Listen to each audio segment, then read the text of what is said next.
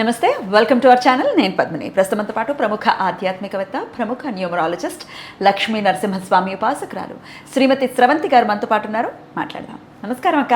నమస్తే పద్మిని. అక్క చాలా అందంగా కనబడుతున్నారు. అవునా, thank you. Nice sari, light colour ఇష్టం, చాలా లైట్ కలర్స్ అంటే చాలా బాగుంది. అక్క, 4వ తారీఖు అధిక మాసంలో వస్తున్న సంకటహర చతుర్థి, రేపు జూన్ 4వ తారీఖు గురువారం చవితి. మరి విభువన సంకష్టహర చతుర్థిగా జరుపుకునేటటువంటి ఈ చవితి ప్రాముఖ్యత అధిక మాసంలో వస్తోంది కాబట్టి దీని విశిష్టత గురించి మీరు చెప్పాలి. ఎలా స్వామి అనుగ్రహానికి మేము పాత్రలు అవ్వచ్చు, ఎలా ఆయనను పూజించాలి, ఇవన్నీ ఒక్కసారి మీ ద్వారా అక్క. తప్పకుండా చెప్తాను పద్మిని. ప్రకృతి అంటే అమ్మవారు ఎలాంటి మనకి అంటే అవకాశాలు కల్పిస్తారు అని అంటే, అదే వీళ్ళకి ఒక బంపర్ ఆఫర్ ఇద్దాంలే అని అనుకుంటూ ఉంటారు అనిపిస్తుంది నాకు.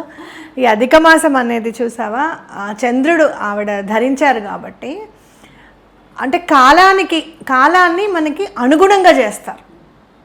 కాలం కలిసి రావాలండి ఏదన్నా అని అంటాను చూసావా, ఈ కాలం కలిసి రావాలంటే ఇదే అనమాట. అంటే మనం సూర్యమానం చూసుకుంటే 30 రోజులు అని అనుకుంటే, చంద్రమానం 28 రోజులే ఉండి మనకి ఇట్లా అధిక మాసం చేసుకోవడానికి అవకాశం వస్తుంది ఎవ్రీ 3 ఇయర్స్కి ఒకసారి. ఓకేనా? అయితే ఇలాంటి ఈ సంకటహర చతుర్థి రావడానికి అంటే పేరు కూడా చూడు, విభువన అంటే ఏంటక్క? చాలా ప్రెషియస్ అనమాట, శక్తివంతమైనది, చాలా అపారమైన శక్తివంతమైనది, అంటే చాలా నిగూఢమైన శక్తి నింపుకొని ఉన్నది అని చెప్పుకోవచ్చు అనమాట. మరి ఇలాంటి విభువన సంకటహర చతుర్థి మళ్ళీ ఎప్పుడు వస్తుంది? మళ్ళీ 3 సంవత్సరాల తర్వాత వస్తుంది. కానీ ఈ అధిక జ్యేష్టం రావాలి అంటే మళ్ళీ 19 సంవత్సరాలు పడుతుంది. అవునా? ఇప్పుడు వచ్చే అధిక జ్యేష్ఠ మాసం యొక్క విభువన సంకటహర చతుర్థి కనుక రావాలి అంటే మళ్ళీ 19 సంవత్సరాలు మనం వెయిట్ చేయాలన్నమాట. కాబట్టి మనం ఏం చేయాలి ఈ రోజున అనుకుంటే కనుక, ఆ విఘ్న వినాయకుడిని ఎలా పూజించాలి అని అంటే, మనకున్న కష్టాలన్నీ కూడా తొలగిపోయేటట్టుగా, సంకటములు అనేవి లేకుండా చేసేదే సంకటహర చతుర్థి. మరి ఈ సంకటాలన్నీ హరింపజేసే విధంగా మనం భగవంతుడిని పూజించాలన్నమాట. చాలా ప్రత్యేకమైన పూజ కూడా నేను తీసుకుని వచ్చాను ఈసారి. అవునా? అవును. ఏంటక్క అది? నేను మొన్న చెన్నై వెళ్ళాను కదా, ఇక్కడ తమిళనాడు ప్రజలు నిజంగా చెప్పాలి అని అంటే వినాయకుడిని, అటు సుబ్రహ్మణ్యేశ్వర స్వామిని ఆలింగనం చేసుకున్నారు అని చెప్పుకోవచ్చు. అన్నదమ్ములు ఇద్దరిని అసలు వదలరు. అసలు పంబన్ స్వామి గురించి కూడా చెప్తాను మీకు. పంబన్ స్వామి అని ఆయన ఎదురుగుండి పక్కనే కూర్చొని సుబ్రహ్మణ్యేశ్వరుడు మాట్లాడేవారట ఆయనతో, పంబన్ స్వామితో. పంబన్ స్వామి పడుకుంటే ఈ చేతి మీదే సుబ్రహ్మణ్యేశ్వర స్వామి పడుకునేవారంటే, ఇట్లా తల్లి పక్కన ఎలా అయితే ఒదిగి పడుకుంటారో అలా అనమాట. అంటే ఇది ఎందుకు చెప్తున్నాను అంటే, వాళ్ళు అసలు అటు వినాయకుడిని ఇటు సుబ్రహ్మణ్యేశ్వర స్వామిని ఇలా 2 చేతులతోనూ ఆలింగనం చేసుకున్నారు అక్కడి ప్రజలు అని చెప్పుకోవచ్చు. అలాగే మన సనాతన ధర్మం ఒకటి చాలా పరిడవిల్లిన ప్లేస్ అని నాకు అనిపించింది. ఒకరోజు నేను ఒకళ్ళతో ఊరు వెళ్ళినప్పుడు, అగస్త్యుడు తమిళనాడుకి చేసినంత సహాయము ఏ ప్రదేశానికి చేయలేదండి అగస్త్య మహర్షి అని చెప్పారు నాకు.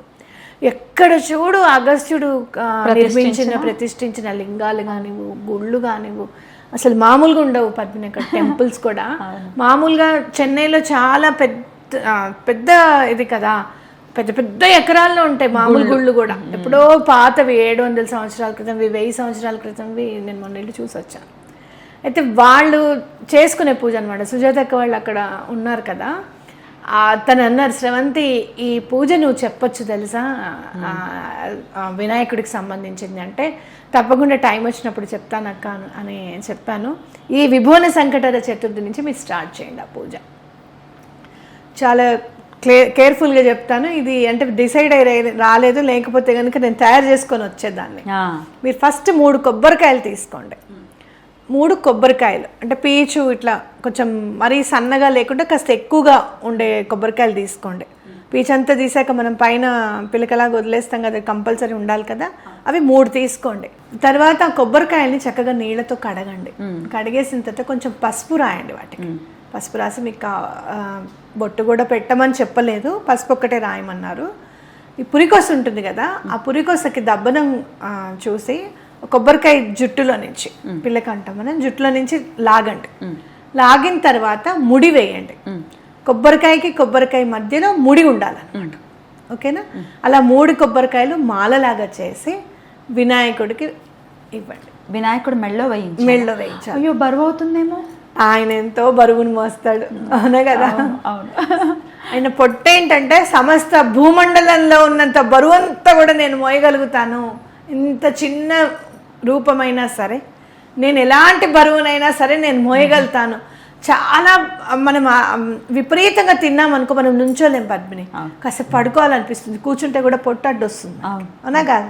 కానీ ఆయన చూడు ఎంత చక్కగా 2 పాదాలు ఇలా చక్కగా కింద పెట్టి చక్కగా కూర్చుంటారు, అవునా కదా? ఎక్కడ ఆయాసపడుతున్నట్టుగా అనిపించదు మనకి, అవునా కదా? నాకేంటో చిన్నపిల్లాళ్ళనే అనిపించి అలా అనేసి. అవును, కరెక్టే. అయితే బరువు అన్నమాట నిజంగా నువ్వు అన్నమాట కరెక్ట్. ఎప్పుడైతే మనం 3 ఇది పని అయిపోవాలి అని చెప్పి ఆయనకి మనం వేస్తామో అది బరువు అయిపోయి ఆ కోరిక నెరవేరుస్తాడు ఆయన. ఇంకా వేయరు కదా ఈ దండ అని, లాజిక్ అది. అద్భుతం. నీ దగ్గర బరువు ఉందనుకో, చాలా నాకు ఇచ్చామనుకో పట్టుకోమని, ఏం చేస్తాను? కొంతసేపు పట్టుకున్న తర్వాత ఉండు పద్మిని, బరువు దింపడానికి మనం ఏదైనా ఒకటి ఐడియా చేద్దాం అని చెప్పి ఏదో ఒకటి ఐడియా చేస్తాం కదా, బరువు దింపేస్తాం, అవునా కదా?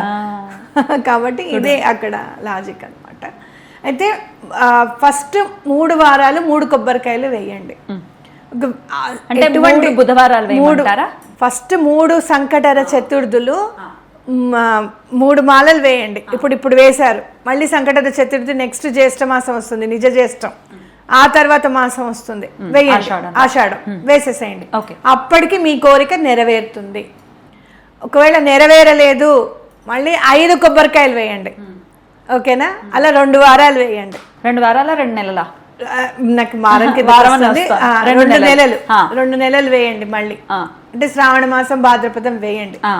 వేసిన తర్వాత అప్పటికీ తీరలేదు 7 కొబ్బరికాయలు మళ్ళీ ఇంకో 2 నెలలు వేయండి. అప్పటికీ తీరకపోతే 9 వేయండి. ఇప్పటి వరకు 9 వేసిన వాళ్ళు వేళల్లో లెక్క పెట్టచ్చట. అంటే ఈ లోపే తీరిపోతుంది ఎటువంటి పరిస్థితుల్లో. అద్భుతం అక్క, అద్భుతం. ఈ పూజ చేసుకుంటే ఎలాంటి కోరికైనా కూడా నెరవేరుతుంది అని చెప్పొచ్చు. సంకష్టహర చతుర్థి రోజు సాయంత్రం పూట వెళ్ళి మనం అక్కడ గుళ్ళో ఇస్తే వాళ్ళు వేస్తారా పూజారులు? వేస్తారు, ఎందుకు? ఏమండి మేము ఇట్లా చెన్నైలో చెప్పారట, మాకు ఒకళ్ళు చెప్పారు, మేము విన్నాము, లేదు అంటే కనుక మేము పద్మిని నేను శ్రవంతి మేడం చూస్తూ ఉంటాము, అంతే కదా, మేము చాలా స్విచ్ వర్డ్స్ అవి చదువుకున్నాము, మాకు పని అయింది అని చెప్పడము. లేదు అంటే కనుక స్వామి ఎలా వేయించుకుంటావో నువ్వే వేయించుకో నాయన, వేయననకుండా. పురికొస కాబట్టి భయపడరు, పగిలిపోతాయనో కింద కూడిపోతుందో అని చెప్పి భయపడరు. పురికొస గట్టిగా మందంగా ఉన్నది తీసుకోండి చక్కగాను. వెనకాల పిల్లకొకటి కాస్త ఎక్కువగా ఉన్నది చూసుకుంటే సరిపోతుంది. అప్పుడు ఎక్కువ మరీ బరువు అనిపిస్తే చిన్న చిన్న కాయలు కూడా ఇప్పుడు దొరుకుతున్నాయి, అంత కాయలు చక్కగా. నిజమే నువ్వు అన్నది. అద్భుతం అక్క, చాలా చక్కగా తెలియజేశారు. మీరు తెలుసుకున్నది మీ దగ్గర కాకుండా అందరికీ తెలియాలి అనే థాట్ ప్రాసెస్ ఏదైతే ఉందో that's so beautiful. Thank you. ఇవన్నీ పూజలు అక్కడివి తెలియడానికి కారణం ఫస్ట్ పరమాచార్య గారు పద్మిని. అంటే ఒకళ్ళు చెప్పారు నాకు ఇట్లా ఏంటి దీపాలు పూజ కూడా ఒకళ్ళు చెప్పారు. అలాగే మనకి లక్ష్మీదేవిది కూడా స్వామివారి చెప్పారండి అని చెప్పారు. ఇట్లా కుబేరుది కూడా చెప్పండి అంటే నేను ఆల్రెడీ చెప్పానమ్మా కుబేరుది పూజ అని చెప్పాను, కానీ యంత్రం ఎలా వేసుకోవాలో నేను చూసి చెప్తాను మళ్ళీ నీకు. కుబేరుడు యంత్రం మనం ఇంట్లోనే వేసుకొని ఎలా చేసుకోవాలి అసలు అనేది కూడా ఖచ్చితంగా మనం చెప్దాం. అద్భుతం. అయితే ఇది సాయంత్రం పూట చేయమంటారా అక్క, పొద్దున్నే చేయొచ్చా ఈ మాల? మాలందరూ కూడా సాయంత్రం పొద్దునంతా ఉపవాసం ఉండి సాయంత్రం గుడికి వెళ్తారు పద్మిని. చాలామంది ఇక్కడ అలానే చేస్తారు. మీకు పొద్దున్న వెళ్ళే అలవాటు ఉంటే పొద్దున్న ఇవ్వండి, లేదు మేము సాయంత్రం వెళ్ళే అలవాటు ఉంది అంటే సాయంత్రం ఇవ్వండి. ఎలా అయినా పర్వాలేదు, మనం ఎలాగో ఆ రోజు అన్నం తినం కదా, ఉపవాసం ఉంటాం కదా. ఒకవేళ ఈ సంకటహర చతుర్థి వ్రతం చేసుకున్నా అంటే పూజ చేసుకున్నా చేయకపోయినా మాల అయితే స్వామివారికి సమర్పించవచ్చా? సమర్పించవచ్చు. అయితే అన్నం తినకుండా ఉండండి, సాయంత్రం వరకు అన్నం తినకుండా ఉండి ఇచ్చి ఈ ఒక్క సంకటహర చతుర్థి కూడా చేసుకోవచ్చు. లేదా ఈ 3 చేసుకుంటాము అని చెప్పి కూడా చేసుకోవచ్చు. తప్పకుండా 3 నెలలు అని చెప్తున్నారు కాబట్టి సూతకంలో ఉన్న వాళ్ళు ఇది చేయొచ్చా? చేయకూడదు. అయిపోయిన తర్వాత చేయాలి. రైట్. ఒకవేళ మధ్యలో 3 నెలలు కదా, ఒక నెల ఏదైనా అడ్డొస్తే ఇలాగ తర్వాత నెల కంటిన్యూ చేయొచ్చు. తప్పేం లేదు. అడ్డొస్తే నెక్స్ట్ చేసుకోండి, తప్పకుండా నాకు తెలిసి ఈ 3 నెలల లోపల ఎలాంటి కోరికైనా నెరవేరుతుందని నేను అనుకుంటున్నాను. అద్భుతం, అలాగే నెరవేరాలి, స్వామి అనుగ్రహం పరిపూర్ణంగా మన వాళ్ళ పట్ల ఉండాలని మనస్ఫూర్తిగా తెలియజేస్తూ చాలా అద్భుతంగా మాకు తెలియజేశారు. కృతజ్ఞతలక్క. నమస్తే. నమస్తే.